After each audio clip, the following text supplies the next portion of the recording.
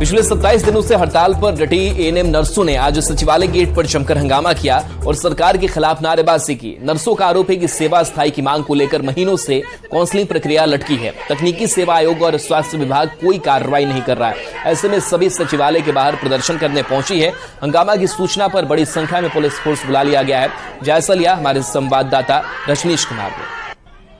सेवा स्थायी की मांग को लेकर राज्य भर की एएनएम नर्सें सचिवालय पहुंच गई हैं और सचिवालय के बाहर हंगामा कर रही हैं। तो बड़ी संख्या में जो नर्सें हैं ये लगातार हड़ताल पर हैं और हड़ताल के दौरान सरकार की तरफ से किसी प्रकार की वार्ता नहीं की गई। उसके बाद अब ये लोग सचिवालय पहुंच गए हैं और देख सकते हैं कि लगातार नारेबाजी हो रही है और काउंसलिंग कराकर अस्थायी बहाली की मांग की जा रही है। हालांकि अब महिला पुलिस भी बुला ली गई है और यहाँ पर देख सकते हैं कि लगातार इन लोगों को शांत कराने की कोशिश की जा रही है। जरा बात करते हैं कि क्या डिमांड है।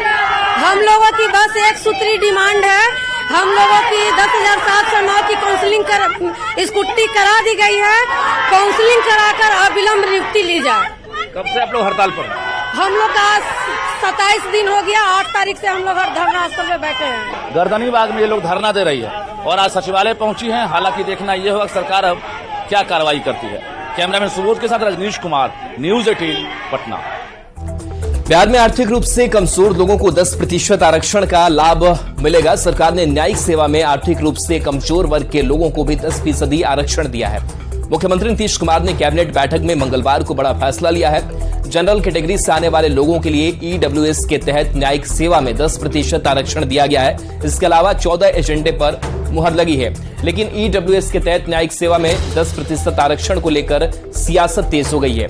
आरजेडी ने कहा कि हमने जो जातीय गणना करवाई है उसमें सारी व्यवस्था है, सब कुछ स्पष्ट रूप से सामने आ जाएगा। जबकि बीजेपी ने इस मामले में कहा कि स्पष्ट था कि जो गणना हो रही है इसमें आर्थिक समावेशन भी होगा, लेकिन सरकार ने पूरे पक्ष को नकार दिया है। भारतीय जनता पार्टी की यह मांग करती है कि जो आर्थिक सर्वेक्षण का ब्यौरा है उसकी भी रिपोर्ट सार्वजनिक की जाए, तभी उसके आधार पर समाज के कमजोर वर्ग के लोग चिन्हित किए जा सकेंगे।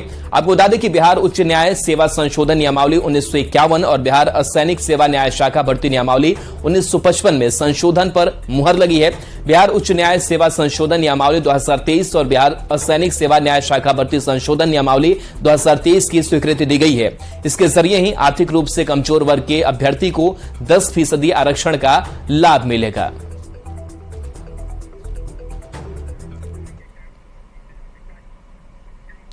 अब ईडब्ल्यूएस क्या होता है उसको भी समझने की हम कोशिश करेंगे। तो ईडब्ल्यूएस को हिंदी में आर्थिक कमजोर वर्ग कहते हैं। ईडब्ल्यूएस क्या है उसके बारे में हम बात कर रहे हैं। साथ ही बता दें कि आपको ईडब्ल्यूएस सामान्य वर्ग के लोगों को आरक्षण देने के लिए यह बनाया गया था कि सामान्य वर्ग को आरक्षण दिया जाए जो आर्थिक रूप से पिछड़े हैं। शिक्षा और सरकारी नौकरी में आरक्षण देने के लिए यह प्रावधान जो है वो किया गया था, ईडब्ल्यूएस बनाया गया था। साथ ही ईडब्ल्यूएस के तहत आर्थिक आधार पर आरक्षण दिया जाता है कि आपकी आर्थिक स्थिति जो है वो किस तरीके की है और उसी आधार पर यह 10% का आरक्षण दिया जाता है। साल 2019 में 10% का आरक्षण लागू किया गया।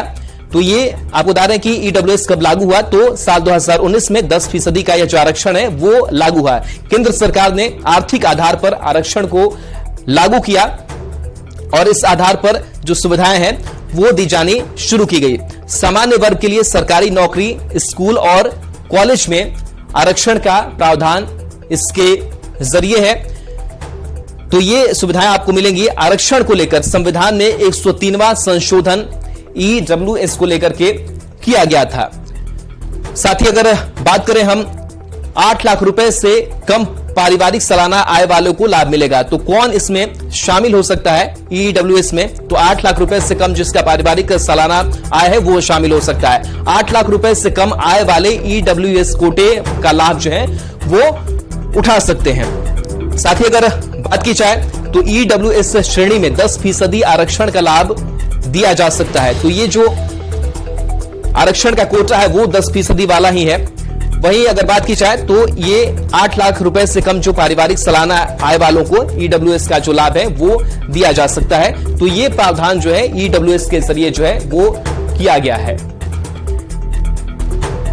तो बिहार सरकार के 10% ईडब्ल्यूएस आरक्षण को अब समझते हैं तो बिहार सरकार ने कास्ट सर्वे जारी किया है। कास्ट सर्वे की रिपोर्ट जारी करने वाला बिहार पहला राज्य बना है। जातीय गणना पर बीजेपी ने सवाल खड़े किए हैं। तो कास्ट सर्वे की रिपोर्ट जारी करने वाला बिहार जो है वो पहला राज्य बना है। जातीय गणना पर बीजेपी ने सवाल भी खड़े किए हैं। नीतीश कैबिनेट ने न्यायिक सेवा में ईडब्ल्यूएस के लिए 10% रिजर्वेशन दिया है। नीतीश कुमार सबका साथ सबका विकास का नारा देते हैं। नीतीश देश में अपनी छवि अलग बनाना चाहते हैं। 2024 के लोकसभा चुनाव से पहले जाति और आरक्षण वाली चाल चली जा रही है, ये भी कहा जा सकता है। बात संख्या के हिसाब से सत्ता में भागीदारी की हो रही है। महागठबंधन की सरकार में हिस्सेदारी पर बहस छिड़ी हुई है।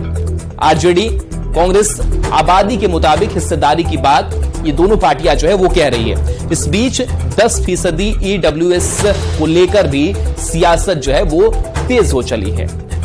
तो चलिए बढ़ेंगे आगे। शेखपुरा के मिडिल और प्राथमिक स्कूल में बच्चों की उपस्थिति में काफी सुधार हुआ है। शिक्षा विभाग के अपर मुख्य सचिव के पाठक के निर्देश पर स्कूल नहीं आने वाले बच्चों पर कार्रवाई की गई, जिसके तहत 6800 बच्चों का नामांकन रद्द कर दिया गया। विभाग द्वारा इस बड़ी कार्रवाई से स्कूल में बच्चों की उपस्थिति बढ़ गई है। शैक्षणिक वातावरण में हुए सुधार और छात्र छात्राओं की बड़ी उपस्थिति का जायजा लिया है हमारे संवाददाता अजीत कुमार सिन्हा ने। शिक्षा विभाग के अपर सचिव के पाठक का निर्देश का असर अब देखने को मिल रहा है। शेखपुरा जिला के हम हैं उर्दू मध्य विद्यालय बाजितपुर में, जहां आप देख लीजिए जो सरकार का निर्देश था कि जो बच्चे विद्यालय लगातार नहीं आते हैं वैसे बच्चों का नामांकन रद्द होगा, उसका असर भी देखा जा रहा है। शेखपुरा जिले में अभी तक 6800 बच्चों का नामांकन रद्द हुआ है। इस विद्यालय की अगर बात कर लें तो 75 बच्चे का नामांकन रद्द हुआ है जो नियमित तरीके से वो विद्यालय नहीं आते थे। वो 3 क्लास से लेकर 8 क्लास तक के बच्चे हैं, जहां 75 बच्चों का नामांकन रद्द हुआ है। और सबसे बड़ी बात है कि उपस्थिति भी काफी बढ़ा है। 83% बच्चे विद्यालय प्रत्येक दिन आ रहे हैं पढ़ने के लिए। महोदय का पत्र वगैरह की उपस्थिति बढ़ाना है, अमूलचूल परिवर्तन उससे हुआ है। एक गाइडलाइन आया था कि जो बच्चा बहुत दिनों से एब्सेंट है, नहीं आ रहा है, प्राइवेट में पढ़ रहा है, उसका नाम रद्द कर दिया जाए। उस परिप्रेक्ष्य में इस विद्यालय से टोटल 75 बच्चों का नाम रद्द किया गया है। काफी परिवर्तन देखने को मिल रहा है, खासकर जो पेरेंट्स हैं और उसके बाद स्कूल के शिक्षक, दोनों के बीच में समन्वय बेहतर बनाया जा रहा है ताकि बच्चे ज्यादा विद्यालय आएं और जो सरकार का गाइडलाइन है उसका पालन हो सके। अजीत कुमार सिन्हा, न्यूज 18 शेखपुरा। एक युवती अपने प्रेमी की शिकायत लेकर बेंगलुरु से जमुई पहुंची। युवती ने महिला थाने में प्रेमी सुजीत कुमार के खिलाफ केस दर्ज कराया है। दरअसल पीड़ित ओडिशा की रहने वाली है। युवती का आरोप है कि वो और सुजीत 3 साल से लिव इन रिलेशनशिप में रह रहे थे। जब उसने शादी करने की बात कही तो सुजीत उसे छोड़कर जमुई आ गया और अब उसने उसकी अश्लील फोटो और वीडियो सोशल मीडिया पर वायरल कर दिया है। पीड़ित का कहना है कि वो सुजीत से ही शादी करना चाहती है। फिलहाल पुलिस इस मामले की जांच कर रही है। मैं मेरा बॉयफ्रेंड के साथ शादी करने के लिए चाहता हूँ, क्योंकि हम लोग 2 साल से बेंगलोर में रिलेशनशिप में थे। 2 साल में वो मेरे साथ शारीरिक संबंध रखा, मेरा पैसा वगैरह लिया। अभी शादी करने का बात आया तो वो जमुई भाग के चला गया। वो बोला पापा को फोन नहीं करो, वो मना किया तो मैं उसका पापा को फोन किया बोल के मेरा नेगेटिव फोटो सोशल मीडिया पे छोड़ दिया। इसीलिए मैं चाहता हूँ उसके साथ ही शादी करने के लिए, कि अभी तो सभी मेरा इज्जत बर्बाद कर दिया, गांव में, बेंगलोर में, सब कुछ में। आपको सबको पता है, तो इसीलिए मेरे को शादी के सिवाय और कुछ भी। जेडी विधायक गोपाल मंडल एक बार फिर चर्चा में है। इस बार विधायक हथियार का प्रदर्शन करते हुए नजर आए हैं। दरअसल अपने किसी परिचित के मरीज को देखने के लिए विधायक जवाहरलाल नेहरू चिकित्सा अस्पताल पहुंचे। यहां विधायक का कुछ अलग ही अंदाज देखने को मिला। विधायक अपने हाथ में लाइसेंसी पिस्टल लेकर अस्पताल के अंदर पहुंच गए और फिर ऑपरेशन थिएटर में जाकर मरीज से मुलाकात की और फिर वहां से अपने सुरक्षा गार्ड के साथ हाथ में पिस्टल लेकर वापस निकल गए।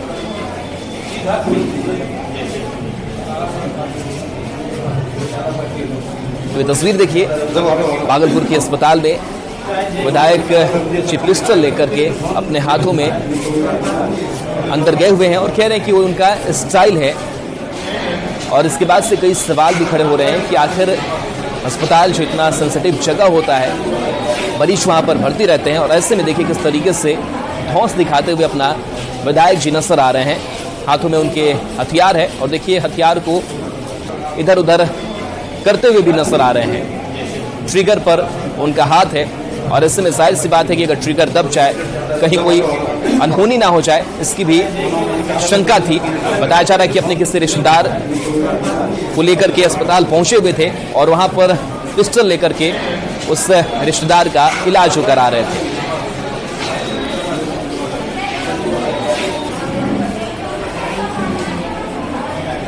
भागलपुर से जेडीयू विधायक गोपाल मंडल के अस्पताल में रिवॉल्वर लेकर जाने को लेकर बीजेपी ने बिहार सरकार पर निशाना साधा है।